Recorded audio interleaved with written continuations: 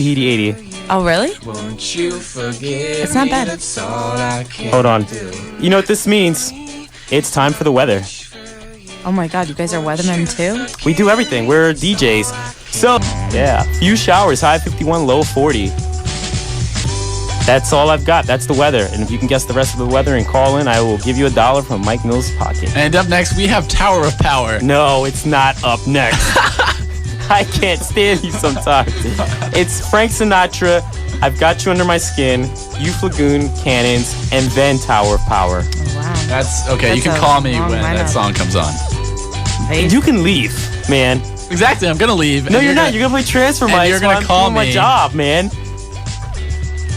I'll play in the other room. God.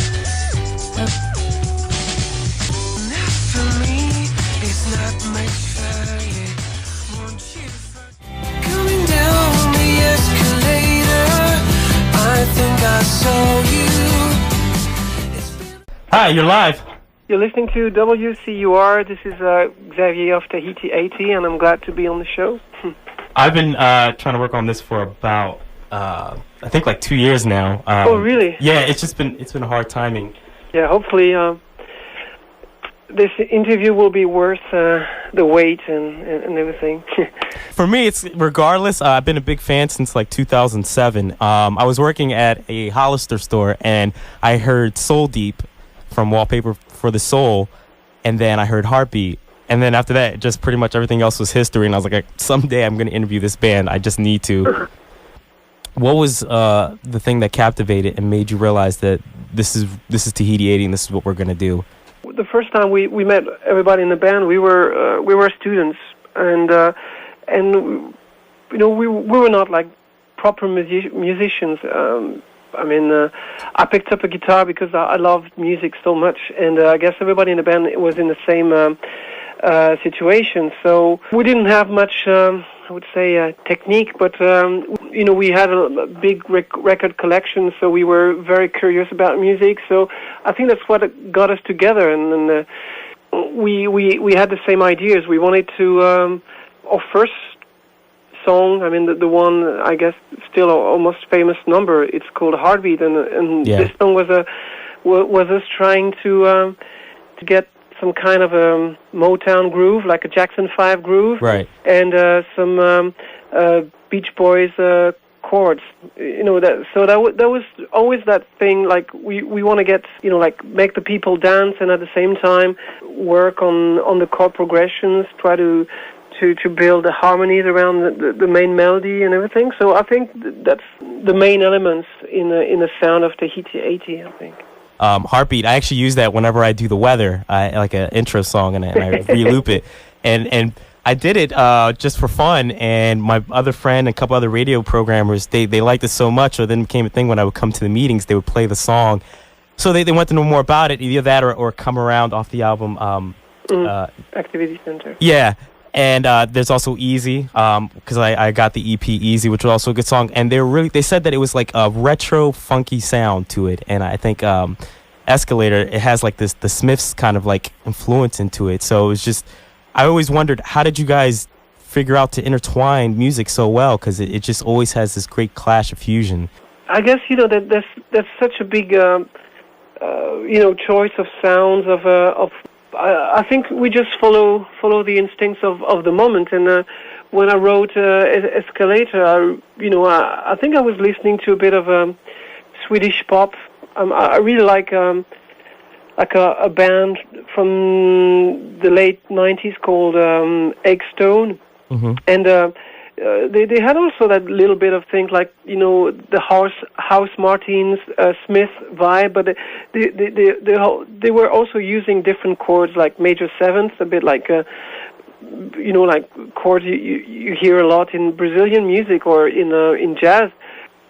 So I just played around this sort of guitar riff, and it sounded very British. And on some other, I mean, you talked about other albums, but there was the Fosbury album, which was our album number 3. Yeah. And this one was like more into hip hop or, you know, Outkast or right. any artist. So I think it's just like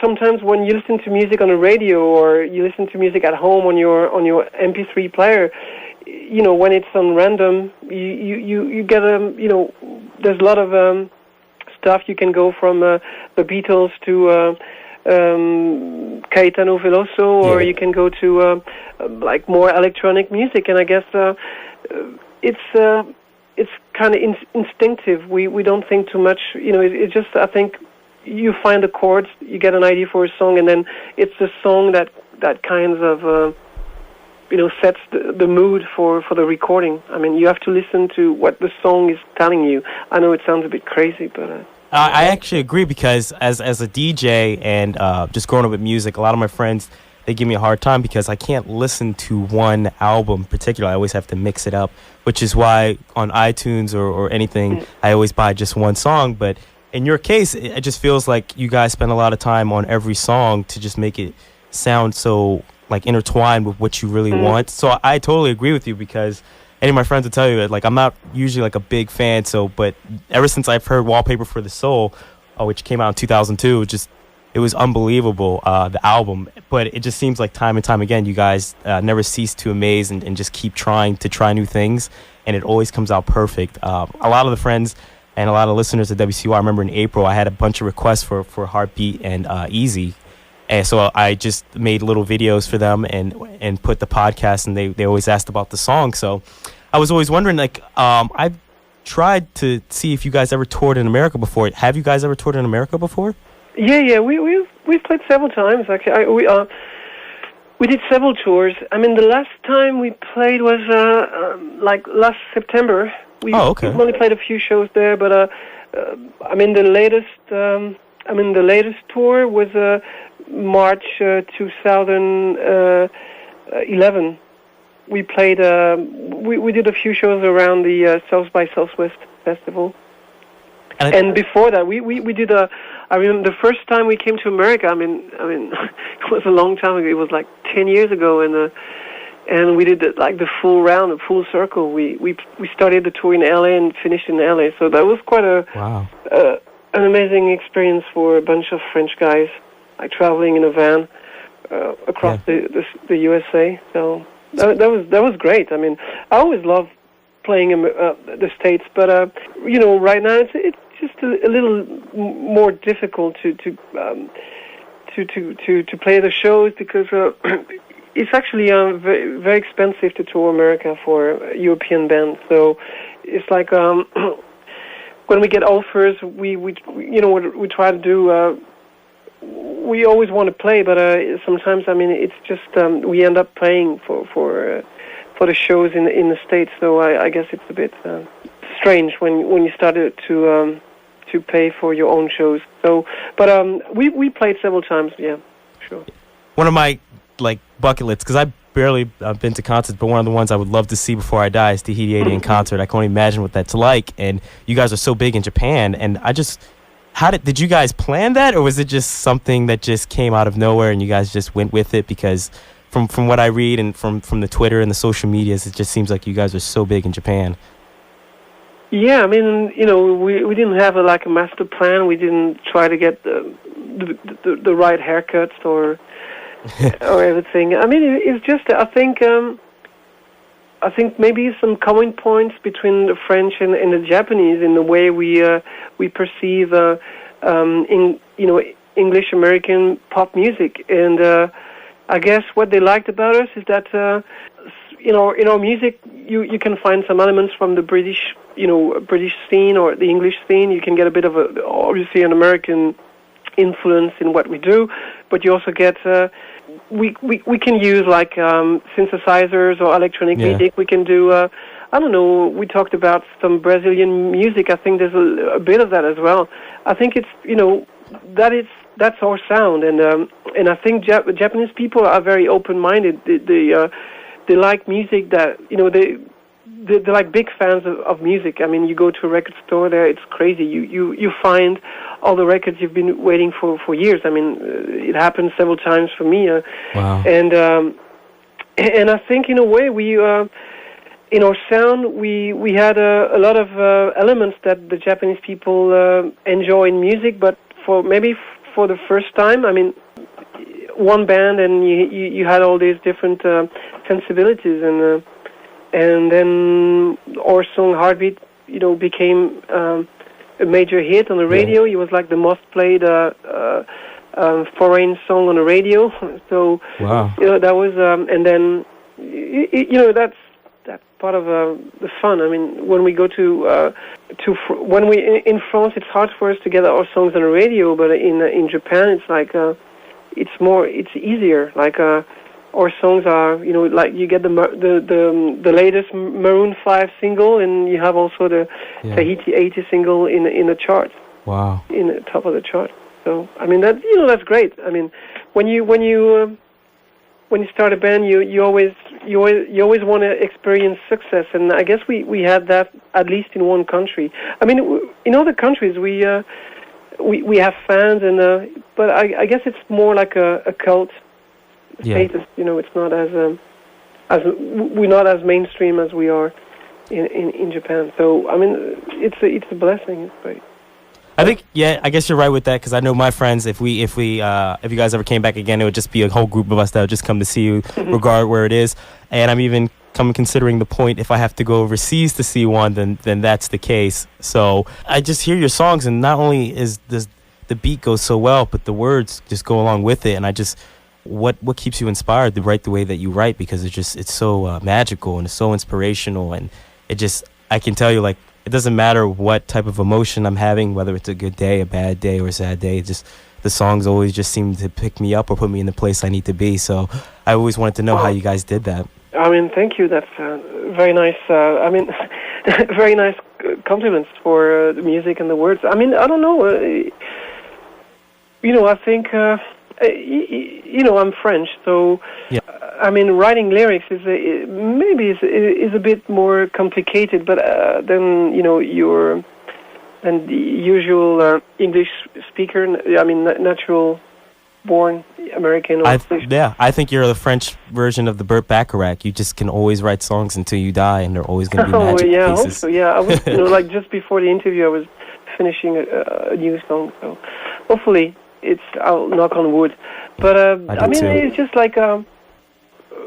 From early on, I mean, you talked about Burt Bacharach, you talk about all the classic songwriters, and I remember, I don't know who said that, but basically what they said is you turn a personal experience into something universal, and that kind of stuck on me, and I try to translate those experiences and into something that people can relate to, and has there ever been a time where it was just maybe hard to write, or is it just always become a thing where you always have a book and pencil by your side, and it's never been a problem? When we first started the band, it was just more about like imagining things, dreaming, or making things up in a way. I mean, trying to because you're young and you don't have the experience, and as you grow up, and when you're in a band, I mean, you grow up. I mean, quite kind of quickly, because you travel so much, you meet different people, and it brings a different perspective in life. I mean, what happens on tour, the people you meet. I mean, all those very strong experiences, just being with your friends and getting to know a different culture, and at the same time you're also separated from people you love back home. So I guess there's, this thing happens, and you get a lot of inspiration from that, and you start to you just maybe think about what's going on, and then a lot of histories or stories come up, and you try to write about it. I mean, that's the way it works for me. Was there ever a time during the band's time it grew and started in 1992? Like, has there ever been a time since where there was like a moment where you thought maybe this wasn't going to happen, or maybe the band would split up, or was there ever like just a moment where it just made it seem like it might have not happened?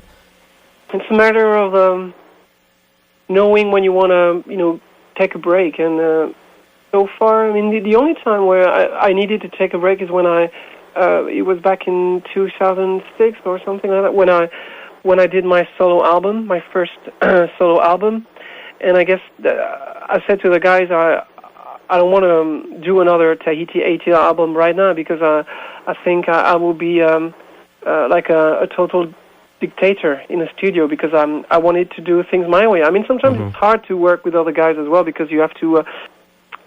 I mean, the good thing is you collaborate, but when you start to do compromises, then I don't think it works. So that's when we got to that point where I thought I need some vacation. I need to do my own stuff. So when I get that out of my system, and then when it's done, I can come back to the band and we'll start, anew, and we start a new cycle, and that's what happened. And right now I'm working on another solo album, and I'm still writing songs for. Just before, like 2 weeks ago, we were in the studio with everybody and working on new Tahiti 80 song, and it's great. But I also feel I need to work on more personal stuff. So, keeping myself busy. So. You're a writing machine. That's awesome. No, I don't know, but I look forward to hearing that as well. I have a Facebook question about what's one thing most people do not know about the band or yourself. I guess for some people who just discovered us with Easy, like, for instance, because this is the latest single from our latest album, and I think for the people, they never heard of us before, so it's like maybe they think this is our first album, or maybe they don't really know the history of the band. They don't know that we've been together for quite some time, and we've released 5 albums, many EPs. So I guess a lot of EPs. So that must be a good feeling when you find a band like that you like, and you think it's just a brand new, and you start to look up on the internet, and you find out that they've been around for a while, and you got all those albums to check out. I think that might be I would love to, if I, as a music fan, that's what I like to experience, that moment where you find a song that you like, and then you see that the band has like many other albums, many other songs, and it's great to dig out all those tracks. It was a very precedented history you guys had. It was exactly what happened to me, because I first heard you guys, I was like, okay, they probably have like one album out, and I have to find it. But then when I seen you had so much, it was kind of I was very hopeful for it, because at the same time, if it was just like 1 or 2 albums, then I wouldn't have enough music to play all the time. So I thought it was really awesome that you guys kept going. Maybe every song could be a good starting point to investigate in the Tahiti 80 songbook. Right.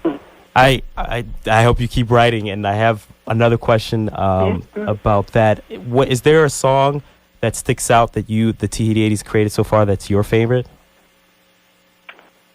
Depends on the mood, I guess. For me, it's a bit hard to choose, obviously, because they're all good. I have like choosing between brothers, sisters, or nephews and daughters and sons. I mean, a few months ago, I was because we were working on we were touring in China, and we thought maybe we're gonna rehearse some old songs, like songs that we haven't played a lot, just just for the sake of it, just for the pleasure. And I listened to a song from the Activity Center album. It's called Fire Escape. Good song. And it's quite an obscure track, but I thought, wow, it's like I listened to it, and I was, I didn't remember all the arrangements, all those, the horns, the guitar work and everything. So I was quite surprised, and I thought, at that time, maybe I didn't really, I didn't know exactly what we were doing, but I mean, a few years after, I was listening back to the lyrics, and I thought, wow, it means a lot to me. So but ask me this question in 2 weeks, and I would say another song. So that's awesome. I have one more question from Facebook. There's a song you created called Barbie Dress, and they wanted to know if this song is about a girl. That's what the... Oh, yeah, sure. That's what they... I actually know that's a good song as well. So I guess they want to know if it was about a girl. And I think that's another song, too, that's just... Yeah, they were like kind of an obscure track. Yeah. It's released on EPs. It's not about starting a relationship with somebody when you're in this case, a former girlfriend, and you meet somebody and you're very young, and you in a way you grow up together as well. So wow. And you go from like those. We didn't play with action men or Barbies when we met, but it's just that was going from that early teenage moment to when you start to be in between like a late teenager and a grown up, I would say. Was there a song that maybe you began writing and then it became difficult, but then it became important to you to finish the song because it had some importance behind it that maybe most people don't know about? Well, I think on every album there are at least two songs that I wrote 3 or 4 years ago, and I needed all this time to get it done because I don't know. It's just like maybe sometimes it's like maybe wine. You feel that you need to stay in a cave in a cellar for a while just to get the right taste, the right flavor. And I guess there are a lot of songs like that where maybe it's too early. Sometimes it can only be because I'm trying to time signature and it's a bit too difficult for me, and so I need to work on it a little bit. Or sometimes it's just lyrics and lyrically, and you know that you have a good song, but maybe the lyrics you need to go a bit deeper to get that the real the meaning. And on the latest album, maybe there was the song called the past, the present, and the possible, and it tells a story of a friend of mine. I mean, back when we were like kids, and his father got shot because he was what would you say the guy, I don't know this in English, but the guy who they have like this big van, and it's all protected, and the armored car, right? Okay. Yeah, and the van got attacked and hijacked or whatever, and my friend's father got a bullet in his head, but he was still alive. But wow. It's like when we were so little, and I kept that for years. And when I found these chords and this story started to shape up, come back. So that was one of those one of these songs. I mean, there definitely are many moments. In June, we played a concert for the release of a 7-inch, the Escalator, and Mr. and Mrs. Jones 7-inch, and we played a show in Normandy, which is not far from our hometown, and we hadn't played there in a while, and we played, and it was great. I mean, we had just got back from Japan, where it was also overwhelming, like a lot of emotions every time we play there. But playing in front of, I would like friends or and getting such a great reaction, like people dancing, like smiling, dancing, knowing the songs. I guess sometimes we feel that we're not, when we're playing France, we feel like, wow, we don't know what to expect because maybe sometimes people they don't get what we do, and it was totally the opposite. Like people were totally into it, and I guess I remember everybody on stage. We were like all smiling at each other because we were really enjoying the moment, and it had been a while since we had experienced something like that in France. knowing that this is my favorite band, I was always skeptical how the radio station airwaves will play it, or even know my own friends, but they all seem to take it in, and there's been times when I played it at a DJing live event, and people just got a kick and they start dancing to it.